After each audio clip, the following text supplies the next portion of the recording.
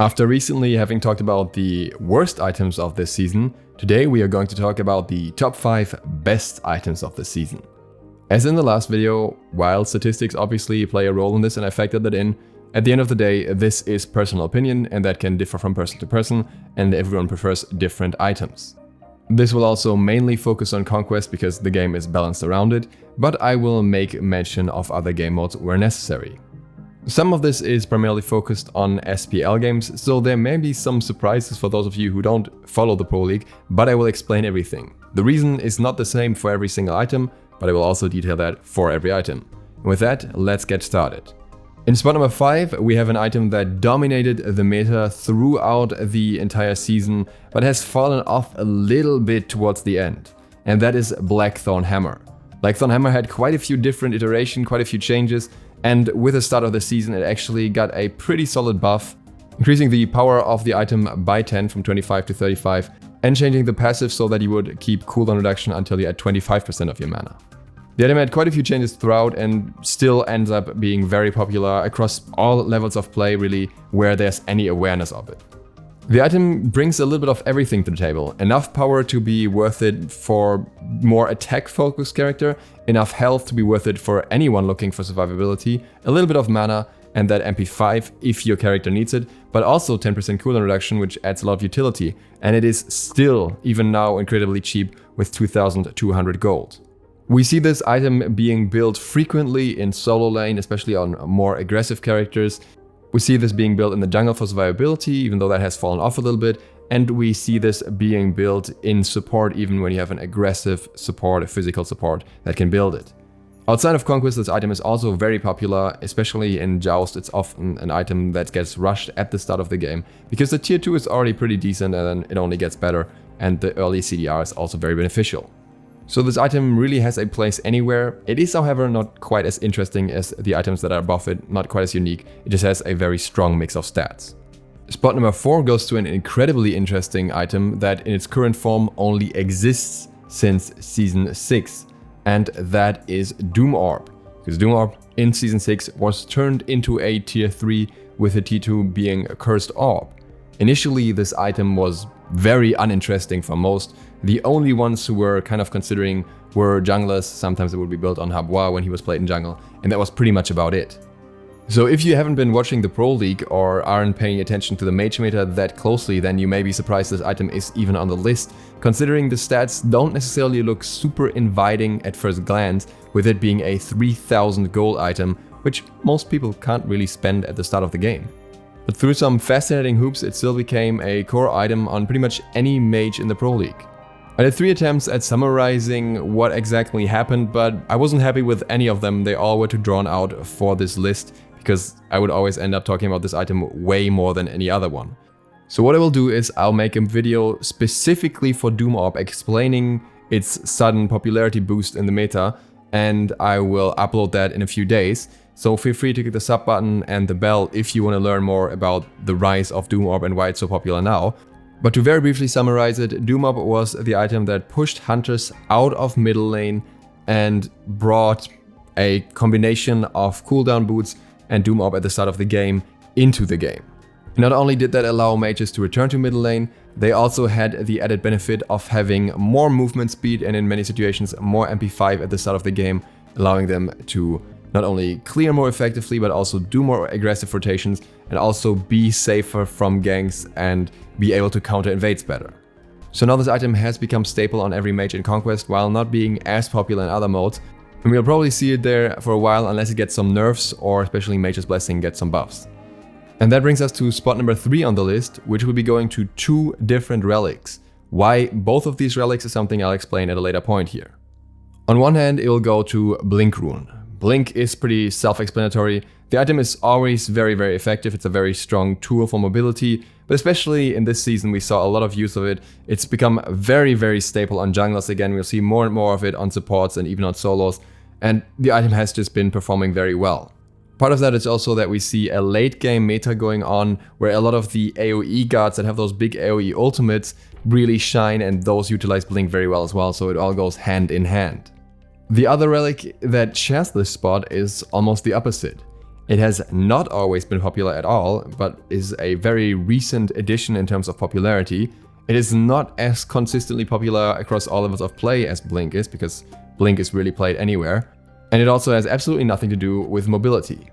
Different from Blink, it has a very direct impact and not so much an indirect impact on teamfights. And that is Belt of Frenzy.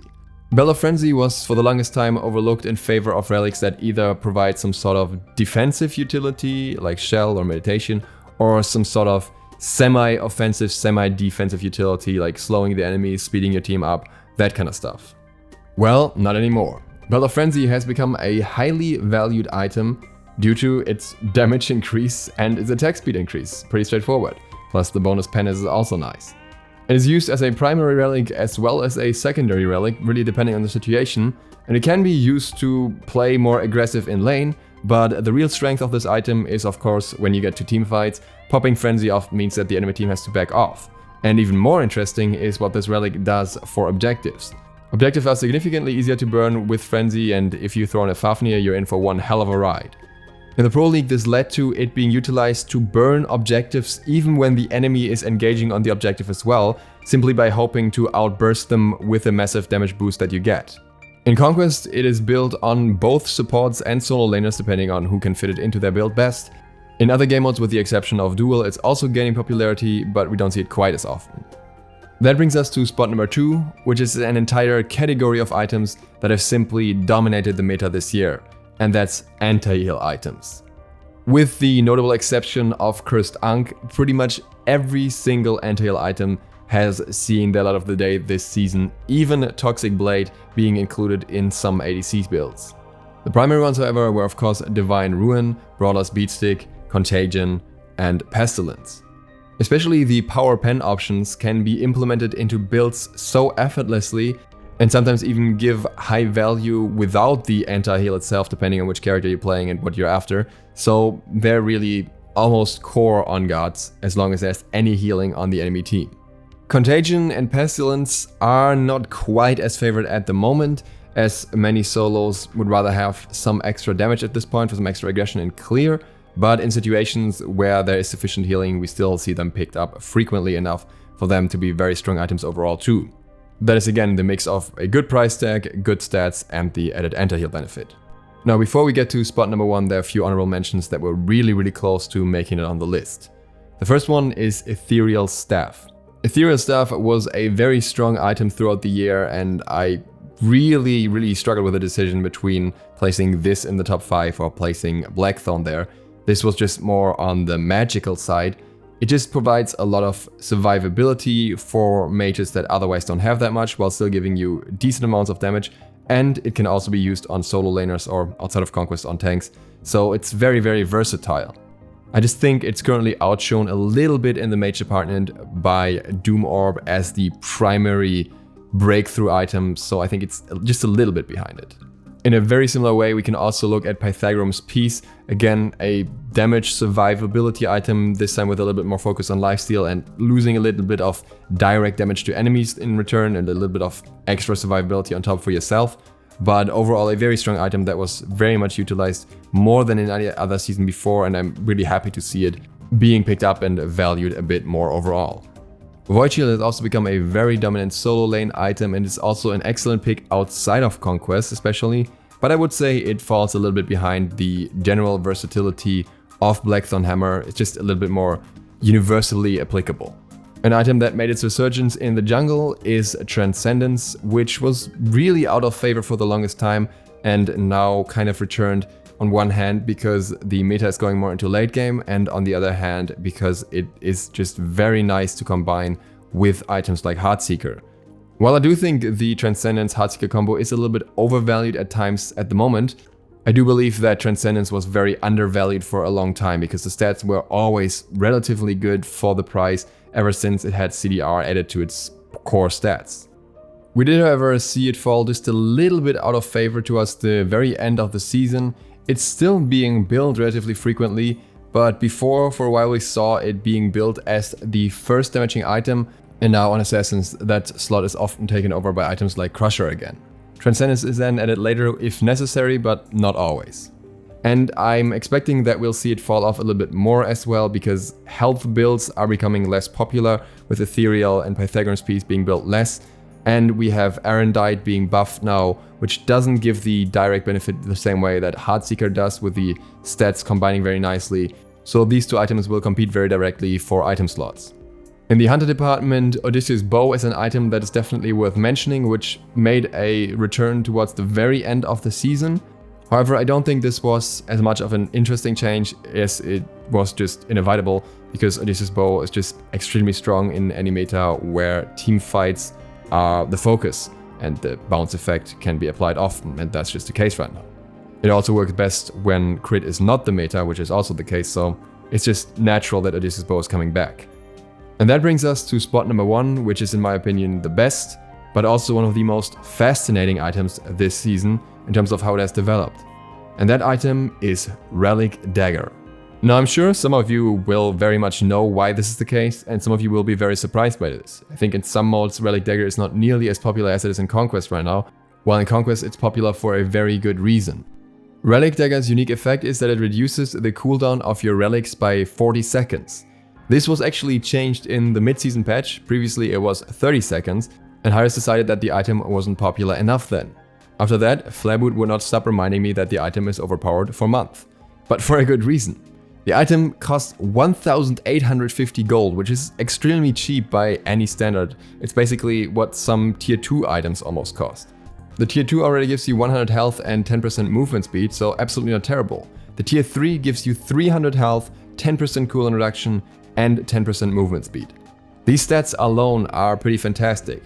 The mix may seem a little bit awkward for certain gods at first, for assassins for example, but it works out. And especially in the current meta, where we have Gauntlet of Thebes being built on tanks in general, it just synergizes very well because you get your protections from Gauntlet of Thebes anyways. In combination, they provide you with a massive health pool that forces the enemy to go into items that specifically counter your health amounts. But more importantly, reducing the cooldown of your relics so drastically means that this item is fantastic for anyone who can fit into their build. It's popular in junglers for slightly different reasons. Sure, it gives you survivability through the health, which is one of the benefits and maybe allows you to opt into more aggressive options otherwise, but the main selling points here are movement speed, which is harder to come by now, cooldown reduction, which is very effective, and again, the big effect of relic cooldown reduction. And that brings us back to the spot number 3, where I was talking about Frenzy and Blink. I specifically mentioned those relics together because those are the items that really go insane in combination with Relic Dagger. In regards to Frenzy, it allows you to engage on objectives, use Frenzy there, and probably have it up for the next teamfight already. And when it comes to Blink, it just allows you to play way more aggressively, especially in teamfights. You will always have your Blink up for at least one engage, which is very, very crucial for assassins. As an added bonus, it also helps with rotation speed. Even solo laners are picking up occasionally, though that typically happens when they're not going into teleport, which is quite rare. So these are my top 5 best items for Season 6. Let me know what yours are in the comments down below. If you're new to the channel, feel free to sub button and maybe the bell, especially if you want to hear more about Doom Up as well in the future. And other than that, see you for the next one tomorrow. DukeSloth, out.